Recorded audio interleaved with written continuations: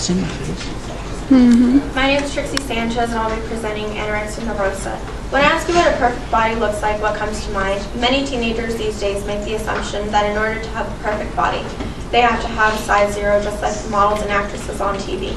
This is extremely difficult for teens these days to accomplish due to the high obesity rates going on. So this tends to lead teenagers to find harsh ways to reach their desired weight. Anorexia is the third most common chronic illness teenagers these days have. It is specifically characterized by self-starvation leading to extreme weight loss. Today I will explain to you the signs of anorexia nervosa, the causes of it, and the harsh statistic based off of it.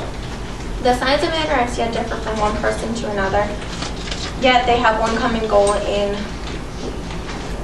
common, to get the perfect body. The first sign is a decrease in weight on the teenager, even when she is already extremely skinny.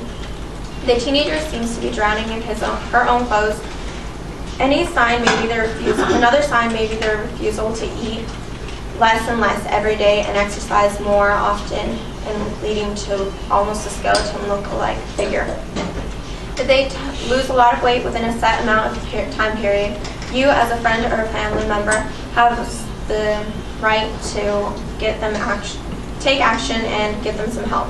These signs help you identify how to detect anorexia, yet it doesn't describe the causes of it. Anorexia is more than a problem with weight and food. It is a psychological and emotional problem that they can't help to have. The media is full of skinny models portrayed as beautiful these days. This tends for teenagers to realize that if their body is not a size 0 like the models, they are not beautiful. Then they seem to realize that if they don't eat, they can somehow acquire this body and be just as beautiful as the models and be accepted by society. Stress is something that causes teenagers to turn to anorexia to solve their problems.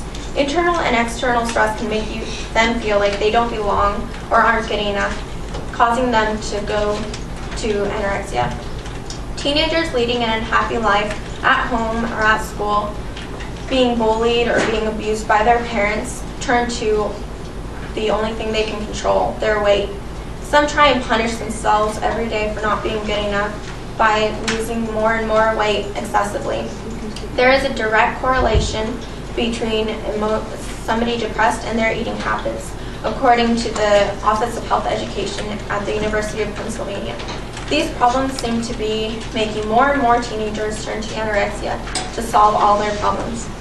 Anorexia is on the rise, not only in America, but all over the world. 8 million Americans have some type of eating disorder right at this moment, yet only 1 in 200 have anorexia nervosa as their common main eating disorder.